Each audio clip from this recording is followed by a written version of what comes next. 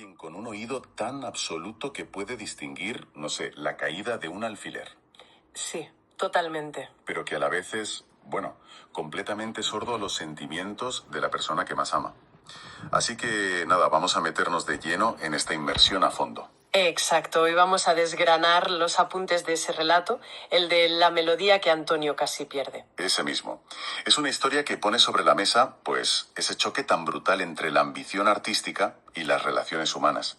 Y tenemos a estos dos protagonistas, Antonio, que es un pianista brillante, y a Felicia. Y el detalle clave aquí, que nos marcan las fuentes, es súper interesante. Ambos perciben el mundo sin usar los ojos. Claro, claro.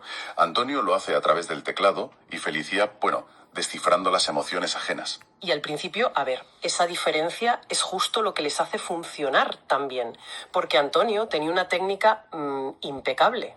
Sí, pero su música era muy fría, ¿verdad? Exacto, muy fría. Solo cobraba vida cuando Felicia le servía de, digamos, brújula emocional. Si la pieza era muy oscura, pues ella le pedía que pensara en un recuerdo feliz, y él lo canalizaba. Qué bonito eso.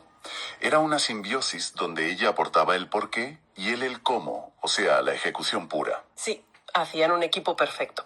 Pero claro, la historia da un giro, cuando esa pasión empieza a devorarlo absolutamente todo. Uf, ya lo creo. Antonio entra en una espiral de práctica, bueno, obsesiva más no poder, que acaba aislando a Felicia por completo. Hay un momento ahí que es demoledor, cuando ella se sienta sola en un parque.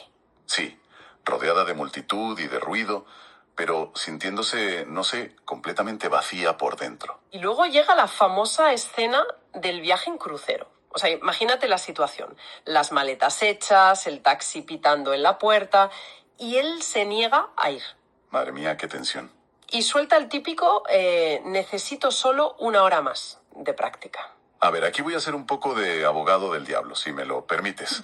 Adelante, a ver. ¿No es un poco lo que exige la genialidad pura? O sea, si estás a punto de lograr un avance artístico masivo, pues pedir 1 hora más parece, bueno, hasta lógico, ¿no? Bueno, a ver, podría parecerlo, sí. Pero fíjate en cómo funciona la psicología de la obsesión en este caso. No es solo una búsqueda de la perfección técnica. ¿Ah, no?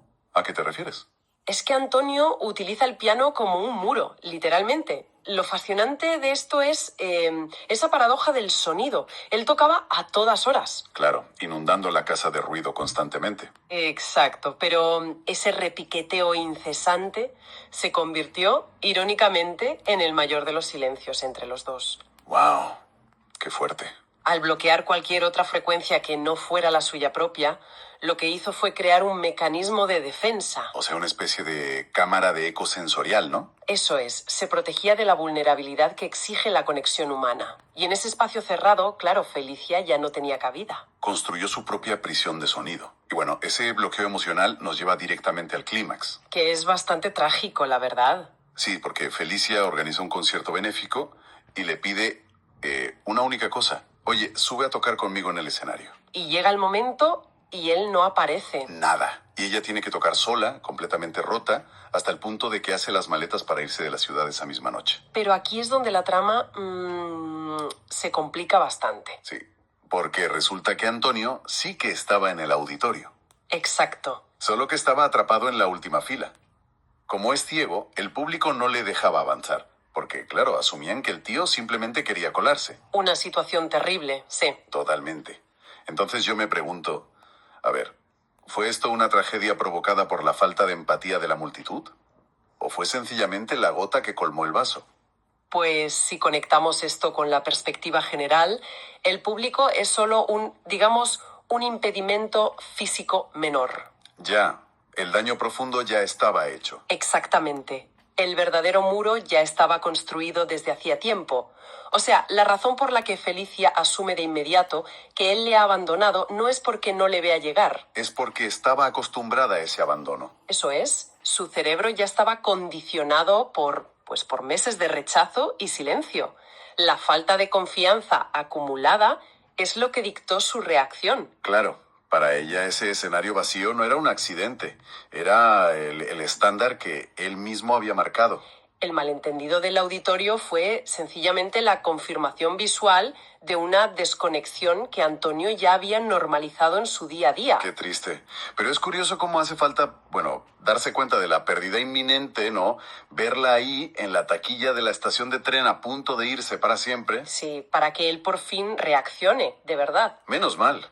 Corre hacia allí, aclaran el malentendido y bueno, la historia nos dice que algo cambia drásticamente a partir de ese día. Totalmente. Vuelven a pasear, a viajar juntos y hay un detalle precioso y es que antes de cada ensayo él siempre hace una pausa Sí. y le pregunta, Felicia, ¿qué sientes hoy? Entonces, ¿qué significa todo esto al final? Pues que cambia por completo el origen de su arte. Deja de producir sonido ciegamente, nunca mejor dicho, para empezar a escuchar de verdad. Claro, al priorizar a Felicia y el vínculo humano, la música de Antonio recupera automáticamente el alma. Exacto. La moraleja literal aquí es que nadie sabe lo que tiene hasta que está a punto de perderlo. Las personas siempre deben estar por encima de las pasiones, por muy intensas que sean. En definitiva, que a veces el mayor obstáculo para nuestra propia obra somos nosotros mismos cuando silenciamos a quienes nos inspiran. Y esto plantea una pregunta importante para quienes nos escuchan hoy y para llevarnos a casa. A ver, Si miramos a nuestro alrededor, ¿cuál es el piano en nuestras propias vidas que nos está ensordeciendo? esa es una muy buena pregunta para reflexionar. Grabación de la pantalla. Grabación de la